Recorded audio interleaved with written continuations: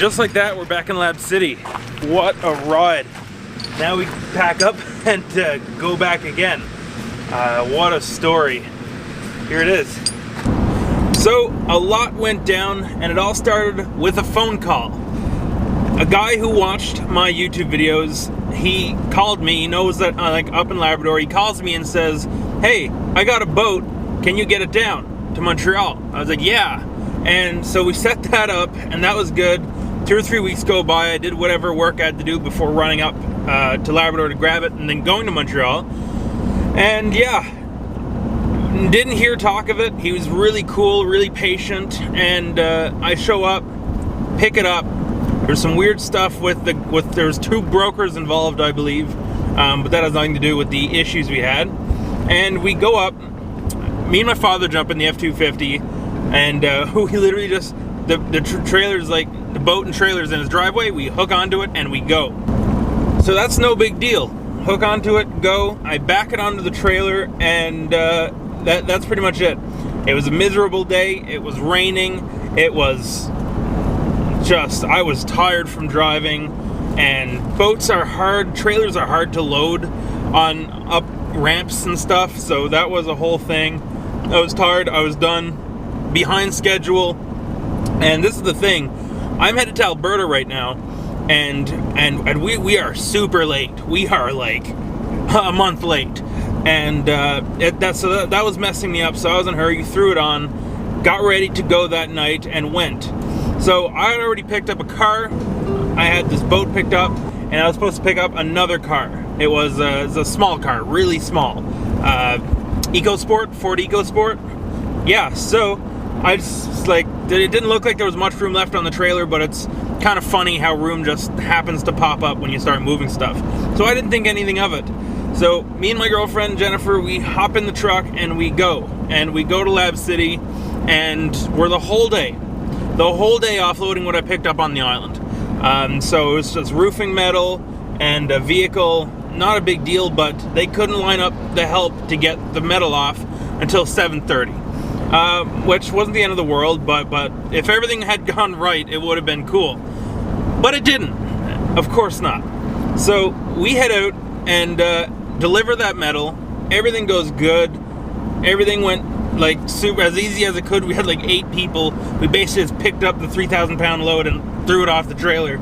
And yeah, that was off, got paid. Go to pick up the boat and the car, the second car. So everything had to come off the trailer to offload the metal. Now we had to put it all back on. So I put on the Cadillac CT4, I believe. Put that on first, and then it was put the EcoSport on, and then just kind of hang the boat off the back. I knew there was going to be some overhang, but I didn't think too much of it. So we're allowed 4 feet of overhang, and for me on this channel, what's 6-7 feet anyways.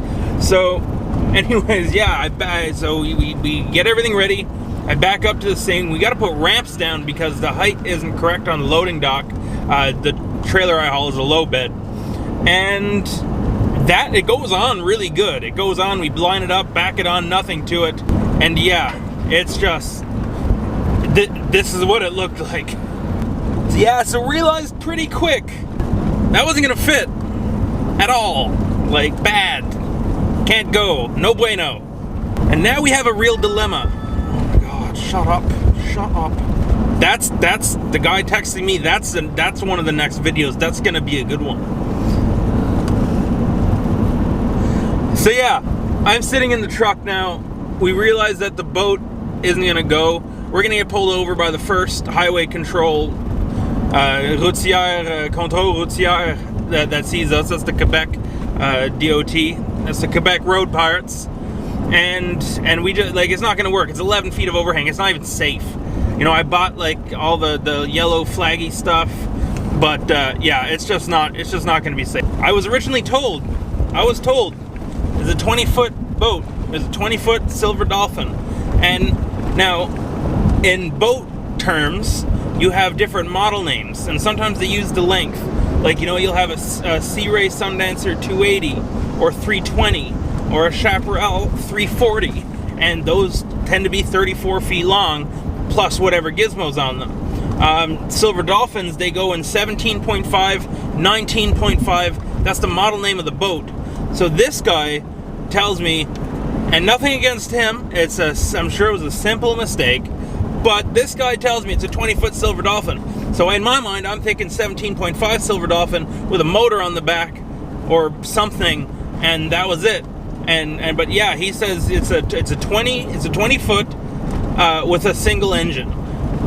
In my mind, I'm also thinking a single engine is probably outboard or inboard, because usually it's a single outboard. That's what people in the boat community say.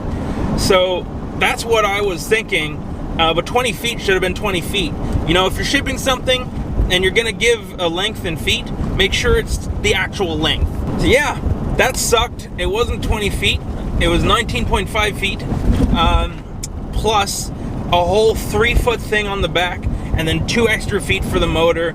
And he mentioned the trailer, but you know, that's an extra 3 feet on top of it. Could have made it work, but it was just way too long, way longer than I was expecting. And yeah, this is the result. So that's not gonna work. I'm here sitting in the truck, don't know what to do. The guy's been waiting 3 or 4 weeks. Super patient. You know, they're paying a good amount of money for this. You know, like, I didn't quote him super cheap. It would screw so much stuff up if I went and brought that back to Goose Bay. Oh yeah, I just had this boat in this place that I'm not from. I just had someone else's boat, and I didn't know what to do with it, and it wasn't looking good. So it's now 3 in the morning, 3 a.m. I'm sitting there going, what the hell? And I just call my father. Usually that's what a lot of people do when they're in a bad situation. They call your parents, because your parents know more than you, because they've been around longer than you. And we're just sitting, chatting, like, just shooting the shit. Nothing was really coming up. You know, there's not too much we can do in a situation like this. And he says, now, Callan, how long would it take to get to Montreal and back? How long? And I was like, no, that's ridiculous. That's stupid.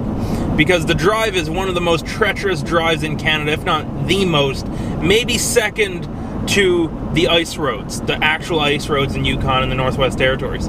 So it's really rough pavement, twisty, insane, tail of the dragon type twisties, and just super huge grades, gravel roads, like the worst road you could imagine. Imagine it for 16 hours. But anyways, talking about it some more, we just kind of agreed that was the only situation, that was the only thing. It was 1,200 kilometers to Goose Bay and back if I were to bring the boat back, and that would be super bad to just ditch a customer's boat off like that, with leaving them with no alternatives. Canceling someone's car that they need, right? I couldn't leave someone's car behind, and that wasn't really a good option. So I did the only thing that really could be done. So now it's time to get the boat off the trailer, but it wasn't going to be easy, because the trailer, the wheel slipped off of the ramp that's built onto the trailer, and we couldn't just tow it off. We couldn't get the aluminum ramps to work out to line back up. What a nightmare. So now we had about this much space to S-turn and move the trailer over so that we could actually get it on the ramps. Just an absolute nightmare. I messed up my finger really bad.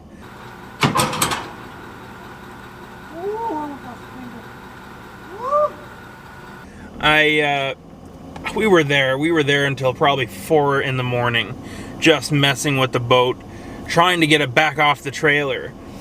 Oh, that sucked so much.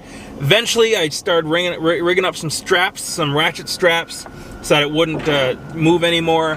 And I even put WD-40s under the tire, WD-40, so that it would help the tires slip with all the tension with the ratchet straps. And yeah, that just sucked. That sucked. But it worked. 4 in the morning, we got it off. No sleep. Hadn't slept since the morning before. And now it was time, packed everything up, put the 2 cars back on the trailer, and put them where they could be stored for a little bit. Hooked onto that Silver Dolphin. The sun was starting to come up. and we just went. We just went. All because of a simple mistake in measurements.